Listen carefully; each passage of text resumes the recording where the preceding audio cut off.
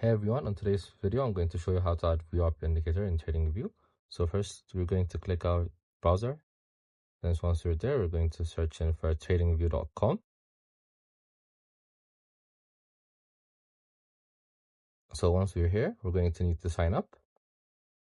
So as you can see, we're already logged in. So we're going to go to products, super charts, as you can see.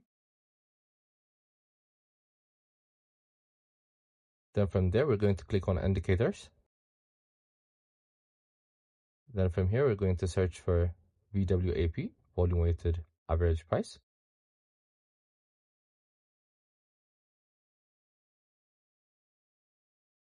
So once we click it, it's already there, as you can see. So once we see how it's added, we're going to click on settings. We can edit the style, the visibility, and we can see our VWAP session active. So follow for more. I'll see you guys soon.